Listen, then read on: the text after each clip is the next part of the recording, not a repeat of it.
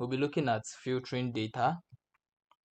So by the end of this lesson, you should be able to explain what filtering means in Microsoft Excel. You should be able to understand the importance of filtering data. You should be able to apply filters to tables. You should be able to filter text values. You should be able to filter numerical values. You should be able to filter dates. You should be able to apply multiple filters. You should be able to remove filters correctly. You should be able to differentiate between sorting and filtering. And you should be able to use filtering confidently in real life data analysis.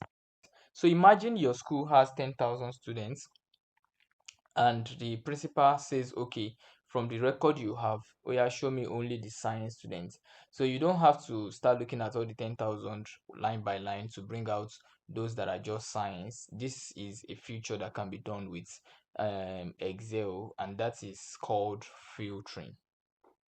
All right, filtering is the process of displaying only the information you need while temporarily hiding the rest. So take note of temporarily hiding the rest. So it's not like you are deleting other records. You are just showing the certain records you need, and then those ones that are not needed, they are hidden. So filtering does not delete any data. Instead, Excel simply hides records that do not match your selected condition. So thinking of filtering like, okay, think of filtering like using a search tool. The information is still there, but Excel only shows what you asked for. So it's just like saying you go to Google and search for something. It doesn't mean that other things you did not search for are not there, but that thing you requested for is what was given to you. So that's just what filtering does in Excel. You go to your data, then tell Excel, okay, show me data that meets this criteria. So that is filtering. Why is filtering important? Filtering helps us to find information faster. It helps you to analyze specific records. It helps you to focus on relevant data. It helps you to reduce distractions. It helps you to improve productivity. It helps you to prepare reports quickly. And instead of you looking through thousands of records, Excel shows only what you need, which is what you filtered for. Let's look at some real life uses of filtering. So schools filter only science students. Maybe they want to get an information, they can filter out only the science students. They can filter out only the female students. You can filter out students who scored above 70. If you are working in a bank, you can filter out transactions that are above 500,000. You can filter out today's transactions. You can filter out failed transactions. If you are working in an hospital, you can filter out patients that are admitted today. You can filter out female patients. You can filter out emergency cases. So all of these are just things you do as an analyst. So for example, you are running a business. You might want to filter out products with low stocks. You might want to filter out customers from Lagos. You might want to filter out sales made this month. So what filtering does is that it helps organization to make faster decision. Types of filters in Excel. So Excel allows us to filter different types of data. The most common are text filters. So this is used for fields like names, departments, cities, products, and so on and so forth. The next one is number filters. Number filter is used for scores, for prices, for salaries, for quantities, things that are quantified, things that uses number. That's what we use number filters for. Then date filters, that is used for registration dates, sales dates, birth dates, transaction dates. Everything related to dates goes for date filters. Before applying a filter, make sure your worksheet is properly organized. Make sure that every column should have a heading. Make sure that there is no blank rows inside the table and there is no blank columns inside the table. That similar data should be stored in the same column, and convert your data into a proper table whenever possible. How do we turn on filters in Excel? Before you can filter data, you must first enable the filter features. So how do we do that? You click anywhere inside your data set. You go to the data tab on the Excel ribbon. You click the filter button, and when you do that, what happens? Small drop down arrows will appear beside each column heading. These arrows are called filter buttons. So what do? They allow you to choose which records Excel should display. So note, if your data is already formatted as an Excel table, the filter buttons are added automatically. Here is a data set for you. So if you scroll, you see that this is a data set containing about 60 data with this heading. So these are the heading of the data. So how do we turn on our filter? You come to data. When you come to data, you see filter here. So just turn it on. So this is the drop down arrow you see on each and every one of the headings. So it means you must have your heading for you to be able to turn on your filter. So basically, if your data comes in form of a table like this too, it eventually comes automatically with the filter button. So you can use it to filter if you put your data in form of a table. Okay, so after enabling filters, every column heading will have a small drop down arrow, and this button is the control center for filtering that particular column. So each arrow controls its own column. Using the filter button, you can display only specific records. You can hide records you don't need. You can sort data from A to Z and from Z to A. You can apply text, number, or date filters, and you can search for specific values. Okay, so having your table like this, so filtering, when you click here, all these that you see here, they are the possible records you can separate from here. These are the possible dates you can separate from here. So you can filter by January, you can filter by February. Then text data. So text filters are used for columns containing words. Examples include student names, departments, states, products, gender. For example, if you have a table containing name and departments, suppose you want to see only science students, instead of deleting the others, simply add a filter. Excel temporarily hides the remaining records. Alright, filtering numbers. So number filters are used when working with numerical values such as calls, prices, salaries, quantities, sales. Instead of displaying all numbers, Excel can show only those that meet specific conditions. For example, scores that are greater than, something that are less than, something that are equal to, that are between a certain range, or that are top 10. So above average, below average, and so on. This helps us to focus on important data quickly. Let's say we want to filter this now. You come to, instead of just picking your filters here, you can just come to number filter. So you see various things: equal to, does not equals, greater than, or greater than, all of that. So you can just say values that are between maybe 60,000 and 90,000, and okay. All right, so it shows us those values. Filtering dates. Date filters helps us display records from a particular period.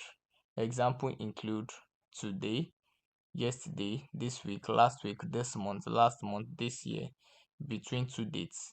Date filters are useful when working with sales, reports, attendance records, registration dates, transaction history, and so on and so forth.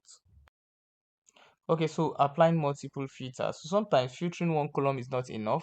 Imagine you have a spreadsheet containing student name, department, gender, score. So instead of displaying all science students, you may want to display only science students who scored 70 and above. This is called multiple filtering. So multiple filtering allows you to apply more than one filter at the same time to narrow down your results. So the responsibility of knowing females whose account is savings and their transaction is successful. So just come here, we have female already, so just switch this to savings and then this to successful. So this answers the question. Clearing a filter.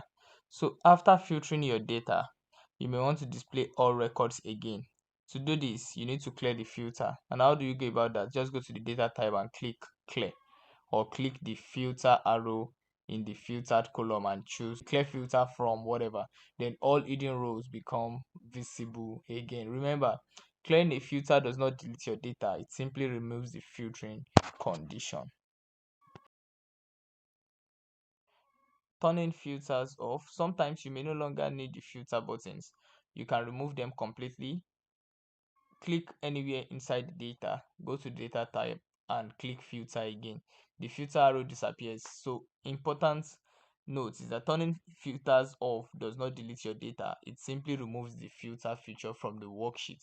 You can turn it on again at any time. Searching within a filter. So did you know that every filter contains a search box? This is very useful when you have hundreds or thousands of records. So instead of scrolling through a long list, simply type the value you are looking for. So suppose your department list contains science, arts, commercial, engineering, medicine, agriculture. Instead of scrolling, type science. Excel immediately finds it. This saves time and improves productivity. You can search. So let's assume maybe what we have here now is longer than this. This is just 4 classes. So let's assume we have something that are very long. You can just search for the particular class you want to search for, and then you get it. So I'm looking for Lekki. All right, so filter versus search. So many people think filtering and searching are the same, but they are different. Filtering displays records that meet a condition, while searching finds a specific value. Filtering can show many matching records, while searching usually locates one values at a time. Filtering uses filter arrows, while searching uses find, which you can just use Control F. Filtering is used for data analysis, while searching is used for locating information. So for example, filtering shows all students who scored above 80, while searching just finds the record for John. So this is the difference between filter and search. Okay, common mistakes when filtering. So many beginners experience problems because of simple mistakes. For example, filtering only parts of the dataset. So filtering just a part of the dataset and not carrying other parts along, leaving blank rows inside the table, missing column headings, missing numbers and text in the same column, forgetting that filters are still active. Always check whether a filter is applied before entering or analyzing the data. Imagine your company has 100,000 customer records. Your manager asks, show me only customers from Lagos who purchased products worth more than 500,000 naira this month. Would you read all 100,000 records manually? Of course not. What you do as a data analyst is that you filter by city, you pick Lagos. Then you filter by purchase amount, you pick greater than 500,000.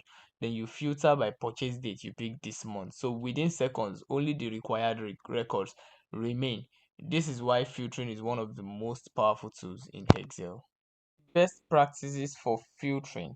So professional Excel users follow these habits. Number one, they organize your data before filtering. You ensure every column has a clear heading. You avoid blank rows and columns. You store similar data in the same column. You apply formatting to improve readability, and you check active filters before drawing conclusion. So these practices make your analysis more accurate and more professional. Okay, real life applications of filtering. So filtering is used every day in different industry. For example, in a school, it displays students in a particular class. It finds students who passed or failed. It views attendance for a specific date. Banks, you can use it to display large transactions, view today's transactions, find specific account types. In hospitals, you can use it to display patients in a particular ward. You can use filter for emergency cases. You can use filter to view appointment schedules for today. In businesses, you might use filter to display products with low stock.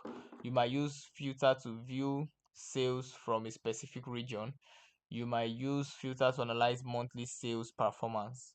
So for data analysts, filtering helps analysts answer business questions quickly by displaying only the information relevant to the task.